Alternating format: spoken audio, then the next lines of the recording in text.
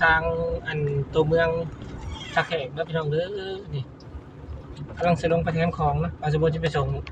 ห่านอยู่ขนมแคมป์ของนะพี่น้องส่วนนี้ก็เป็นบรรยากาศเนาะฝนตกไปน้ำพี่น้องเลย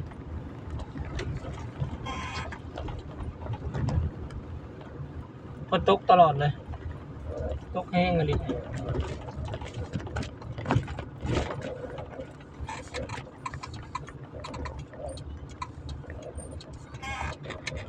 ตกแห้งเลยพี่น้องนี่พี่น้องอันนี้ว่าสมมุติกำลังขี่ลงไปทางพี่เนาะ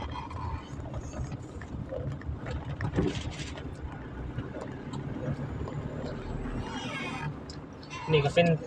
ท่าเรือเด้อพี่น้องเด้อนี่เด้อเป็นท่าเรือเมืองท่าแขกพี่น้องเลยเส้นทางตัวนี้เนาะว่าสมมุติกำลังเดินทางไปพี่น้อง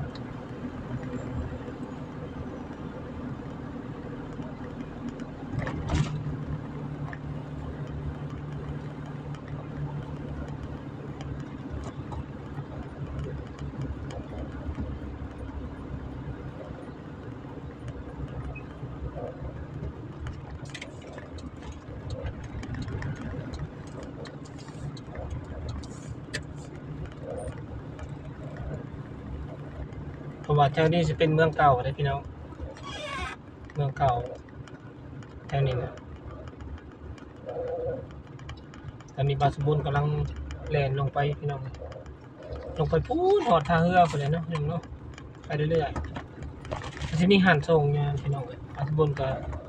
สิไปเสนอกระดกกระดงนะพี่น้องเนาะ